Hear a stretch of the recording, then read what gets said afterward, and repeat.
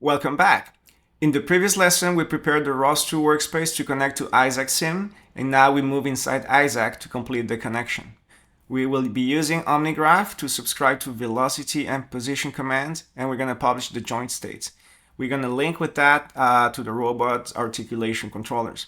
This will help us turn Isaac into a ROS2 driven simulator that behaves just like hardware. So we will build a ROS2 graph in Isaac Sim. We're going to link command and feedback topics to the robot's articulation controllers. We'll observe how that data flows between the two systems. And with that, we will validate the full motion of SHL1 using ROS2 control stack. So let's begin.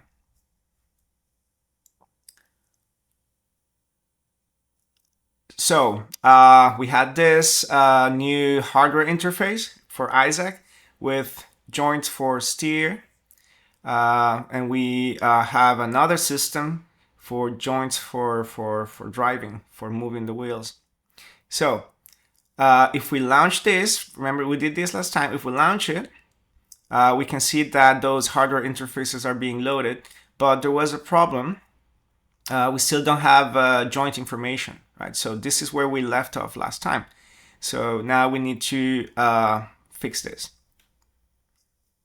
So we are going to launch Isaac, but before that, you need to make sure to source the special workspaces that allow us to connect Isaac and ROS together.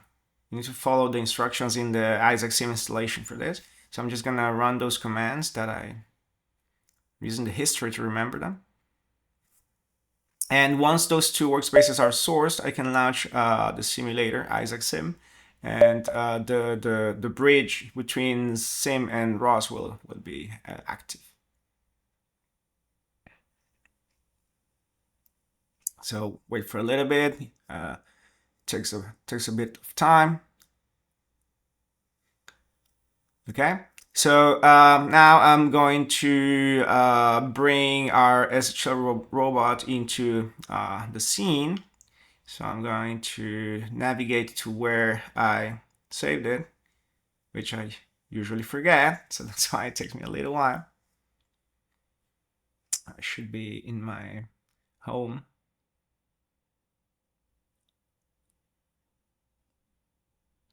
And I have it in module 2. You can get it from module 2 as well.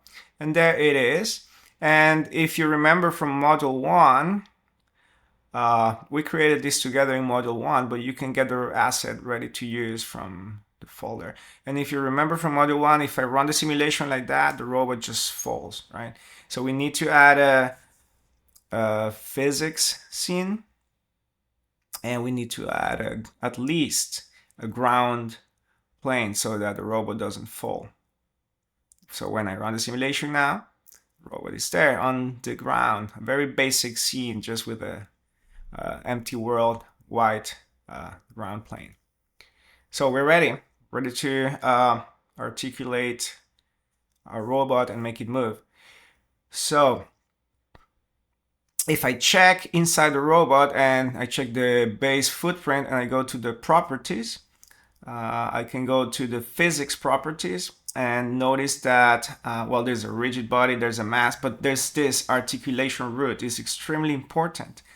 Your robot must have an articulation root in order to be controlled. And it came from importing it as a URDF. So by default, the importer knew that the base footprint was the parent link, the parent of all of the other links, and it automatically created it as the articulation root. But if you're building your road from scratch, you will have to add that articulation root manually if you were building it from scratch within Isaac, right? So it's been done for us by the URDF importer, but you would have to add that root manually. Okay, so now let's go to create to tools, robotics, and ROS2 OmniGraph to add a new graph. and we're gonna create a joint states graph. This is gonna give us a template of a graph in ROS.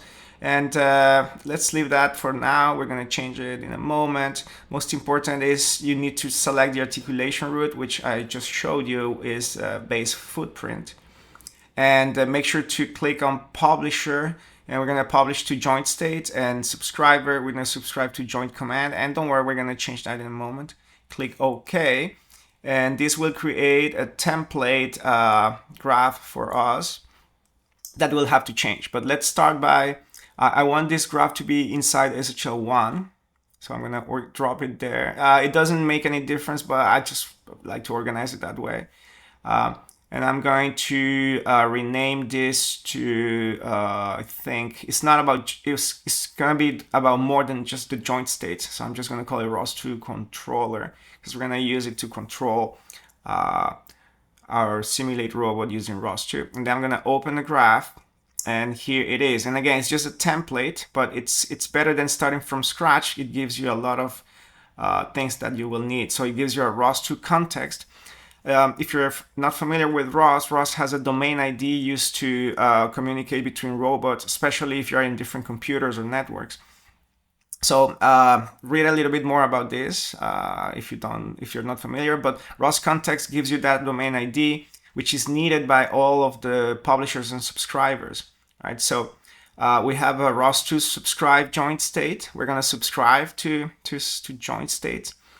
So it needs the context. And we're going to publish joint state, so it also needs to have the ROS2 context.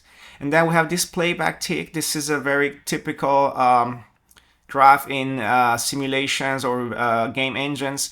It basically ticks every a few times per second, and you use it to tick other nodes that you want to be part of the loop, the game loop or the simulation loop. So most nodes that do something need to be connected somehow to this ticker, if you want. So we connect the subscribers, publishers, and the articulation controller to this ticker or this playback tick. Okay, so if we look at the publish joint state, ROS2 publish joint state node, we're going to use it to publish the state of the joints, obviously. And then this will be used to get the commands, okay? Get the commands from the ROS2 system. And once we get the commands, we will send them to the articulation controller that will move our robot. So if you look at this subscribe joint state, it's subscribed to joint command. We're going to change that, right? But what you need to know is that it will send effort, position, velocity commands, and joint names to the articulation controller, which will in turn move those joints, the joints that the subscriber is asking it to move by joint names, and it will send the commands to it. So we actually have a steer command and a drive command. So we actually have two different topics, right? One for the wheels that will steer the robot, and one for the wheels that will make the robot move forward or backward. So we need to change this topic. And we're going to start with the steer command. Okay, and steer command is a position controller. So we don't have effort. So let's remove effort. And we don't have velocity. So remove it. We only have position and the joint names. We need to send the joint names so that the Isaac knows which joints should be controlled, and the actual command, which will be position. Okay, let's save this before we can run it. So I'm gonna say this as a SHL1 drivable, maybe. Sorry. You give it a better name if you want. All right, so once this is ready, let's run the simulation and see what happens. So run the simulation. Now I will open a new terminal, and if I do a ROS2 topic list, I see that there's a joint states and a steer command topics there, right? The two topics coming from Isaac, or created by Isaac. And if we explore a little bit further, if we see there are actually no ROS2 nodes running.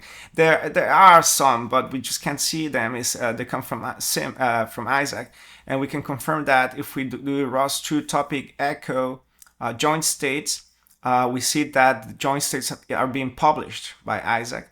You see all of the names there, then all of their positions, all of their velocities, all of their effort. So there is a node publishing joint states, and that's actually coming from Isaac Sim. And if we inspect a little bit further, if we change this from topic to info and we put the verbose, you see there's a publisher, right? It's something like world, S1 graph, ROS2 controller, publisher, joint state, blah, blah, blah. So there's actually a publisher there. No subscription yet. The subscriber will be ROS control, but we are not subscribed yet. Okay, and then, just the whole ROS system, not just ROS2 controller. Now let's check the steer command. And the steer command, you see no one's publishing yet, but someone is subscribed to. Which is the world SHL1 graph, subscriber. So it's the Isaac simulator is subscribed to this topic. So on the Isaac end, we are starting to have the connection. By the way, I forgot to mention we must timestamp our messages. It's important. So you see these joint states are timestamped, and it's because we have this note there for that. So we have subscribe joint state. Let's create another one for the other command, for the drive command. Okay, remember that we need two. We have two types of joints. So we create another subscriber, and the topic will be drive command. Remember that we are using a topic-based hardware interface, so we use topics. So that's how we talk to Isaac. So drive command here, and we need another articulation controller. We cannot combine them. We need one specifically for this new type of joint, the one that will use speed or velocity, sorry. So we need to make sure to match some of the parameters. So the target prim is the prim that has the articulation controller, or in the base footprint in our case. It must be the one with the articulation, not the controller, the articulation root that the articulation controller will control. And then we pass it the joint names, and this is going to be velocity-based command, so we pass it the velocities. Okay. And then we must tick it, otherwise it's not going to run. And the same for the subscriber. So this will make sure that it's part of the simulation loop. And obviously we need to provide the ROS context, otherwise it cannot connect to the ROS system. So we pass it the context, we tick it, articulation controller we tick it so that it also runs, and we pass the joint names and the velocity commands. And let's see, let's try this. So we run it. And ROS2 topic list, and there it is. There, drive command, there it is. And then we have the steer command that we already had before. So it's ready. Isaac is listening to all of the commands, and I guess we're ready to run our ROS node. And look at that, the wheels show up. Last time we didn't have the wheels, but now they are there. No problems. No one's complaining about missing joint states. No, we still have a problem, right? Do we? Okay.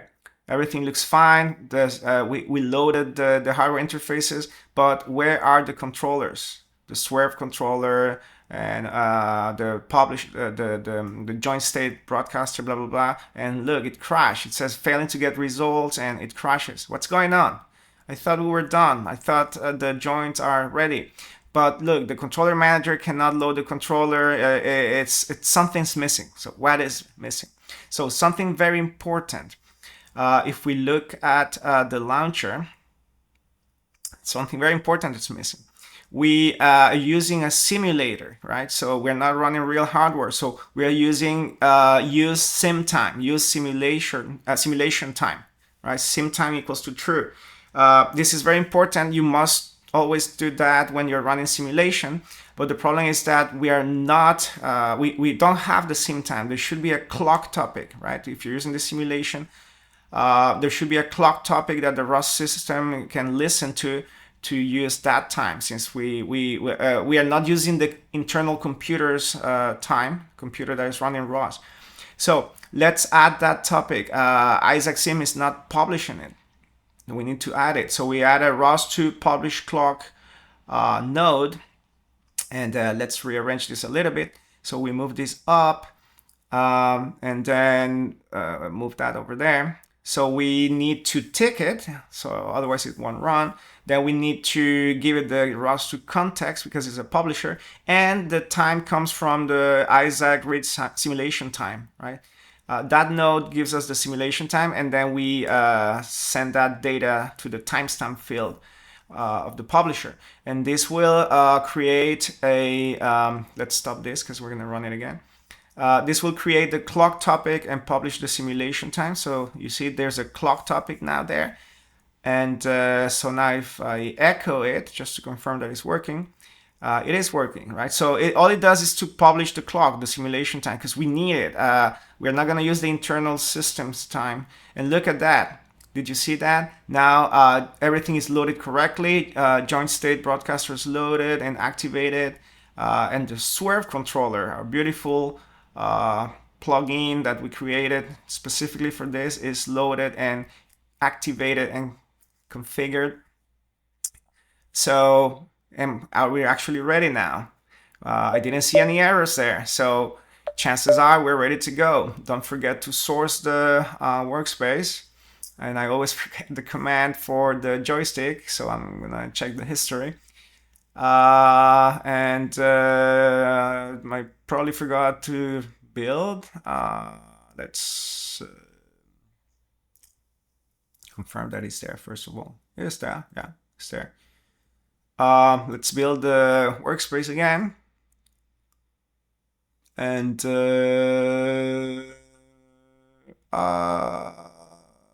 not okay. I think I forgot to source. Don't forget to source. Don't forget to build. And then yeah, okay, yeah. I forgot to build and source. It was a new terminal. Yeah, obviously. New terminal, need to build and source. Okay, let's see. So let's see, will it move? Will it move? Let's see. And down, open this, and wow, look at that, it's moving. It's moving. We can control our robot. We have bridged the connection. We have bridged the gap between ROS2 and Isaac successfully. So SHL1 is moving. Beautiful. I'm excited now. So now let's see, let's try the holonomic mode. So move like a little crab. There you go. Moving like a little crab. Another side. Yeah. And then move like that. I always don't know how to call this motion. But yeah, it's working. But it's boring. It's just a white ground plane. Let's remove it and add something more exciting. In module 1, you added that gigantic outdoor environment. Let's put it back. This is gonna demand a lot of processing power from our computer. Things might look a little bit slower, but yeah, let's try. So outdoor, river mark, something. Remember, this takes a while to load, especially if it's the first time you're loading it. Please be patient. The first time, it might very well take like 30 or more minutes, depending on your hardware. By the way, I stopped the whole system. I will start it again. Yeah, we don't have a launcher that launches the simulator like we had with Gazebo, because Gazebo is a lot lighter. Isaac is not, so Isaac, it's just better to manually launch it and reset it each time. Although you could automate it, but that's your homework. Okay, there's the world. Usually our robot will start under the ground, so we need to move it up. Let's just put it there on the street and run the simulation, and it falls to the ground. Great. Let's launch the whole system, raw system. Wheels are looking fine, joints are looking good. Everything is configured and ready. And let's move it. Let's move it. It's probably gonna be slow because, you know, it's a very heavy world, but there you go. SHL1 is moving. It's moving. Great. But yeah, it's running at 24 frames per second, a little bit less than the half of the 60 frames per second frame rate. So under 50% of the desired performance. And this is kind of like a heavy computer. I mean, a fast computer, but you know, it's Isaac Sim. But anyway, it's working. We are done with module 2. We really went from just having a robot in simulation that couldn't move, and we went step by step to making it move in Gazebo first, and then in Isaac Sim. And to do that, we had to learn about ROS2 control, but about control in general. This is not a ROS course, guys. It's about control in general, and we learned a little bit about different kinematic models for driving different kind of mobile robots. And in particular, we created our custom Swerve kinematics robot. We created it as a simple Python script for prototyping, and then we went all the way to a more production-ready C++ ROS2 plugin, and we finally ended this module by connecting the dots, or by bridging ROS2 control with Isaac Sim. Very excited, and I hope you guys are too. And this is it. See you in module 3.